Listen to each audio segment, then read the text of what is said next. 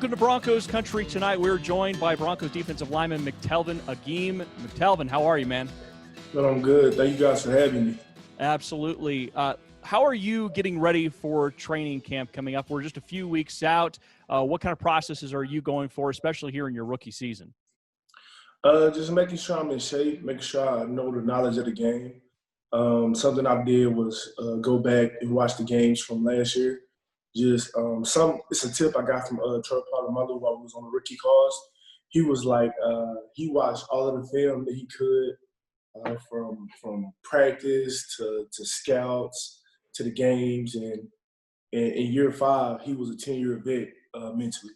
So I took heed to that. So what I did was just go watch the games, get real in depth and detail about everything that's going on, what guys should be doing, what guys are doing, why that call is being called, and things like that, like first and 10, third and 4, whatever it is. And then also just making sure I'm in shape, making sure whenever we get that call up and whenever the exact date is scheduled, I'm ready to go. So make sure like I'm doing CrossFit right now, just trying to make sure I'm 100% prepared. Did you pick anything specific up out of that extra film study that you didn't know before?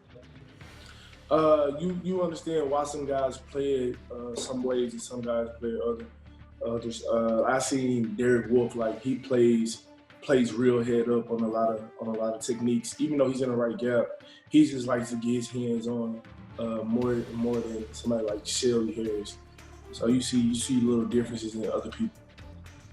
No, Derek, speaking of Derek Wolf, actually, he talked about during the offseason last year how much he loved this scheme and how much it was really set up for defensive linemen to have a lot of success. Do you see the same thing? I definitely do. I see the thing, all you have to do is be in your gap. I seen a lot of guys just making the plays that came to them. They didn't have to do anything extravagant or try to go out their way. Just holding your gap, the ball is going to hit right in it. Just hold your arm out and make the tackle. Is the harder part or the more difficult part of this offseason and this pandemic staying in the right mental focus or staying in the right physical shape? I would say staying in the right physical shape, because you have to find someone you can work out, one, and then two, finding somebody who's going to push you. That's the hardest thing, especially with social distancing right now. You don't want to be around too many people.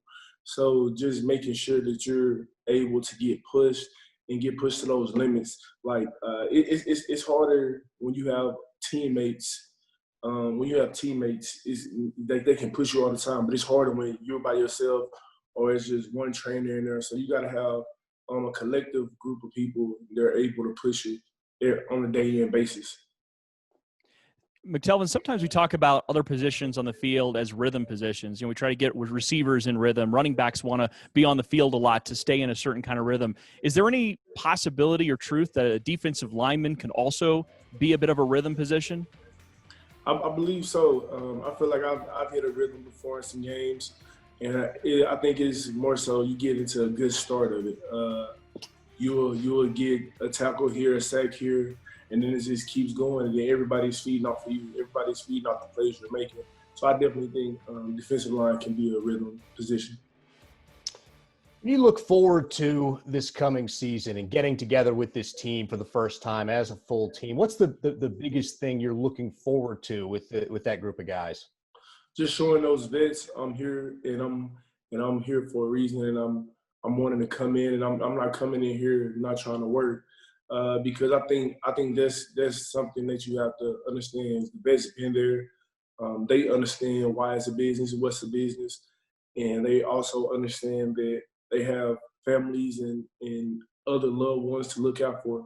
So they already have the business aspects of it.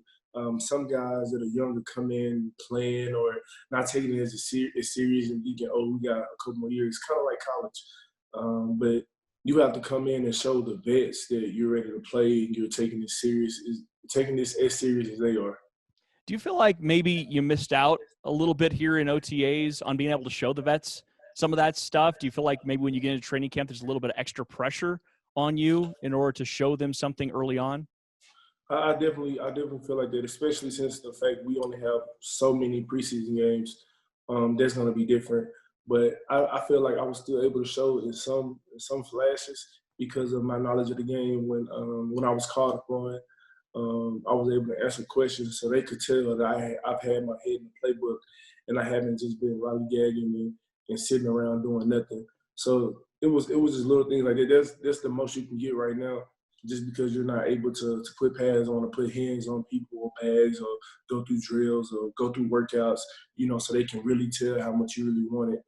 But just my knowledge of the game, I've been making sure that when I'm called upon, I know exactly what's going on. I loved your use of lollygagging, by the way. That needs to be used a lot more in the English language. McTelvin, thank you so much for joining us. By the way, Benjamin also from Arkansas, so he was really looking forward to that. We have Steve Atwater coming up in the next segment, so if you want to call the Hogs, go right ahead. Yeah, we ain't got to call the Hogs. We all get together. We definitely call the Hogs after practice, so we definitely can get it going because it's better when it's done by multiple people. There you go. Yeah, we'll make it happen. We'll get all these guys jealous. They're making fun of us now. We'll make them jealous later. Yeah, most definitely. I've got nothing to say. You destroyed my CSU Rams. All right, McTelvin, thank you so much for joining us, man. We'll talk to you soon. All right, thank you guys for having me.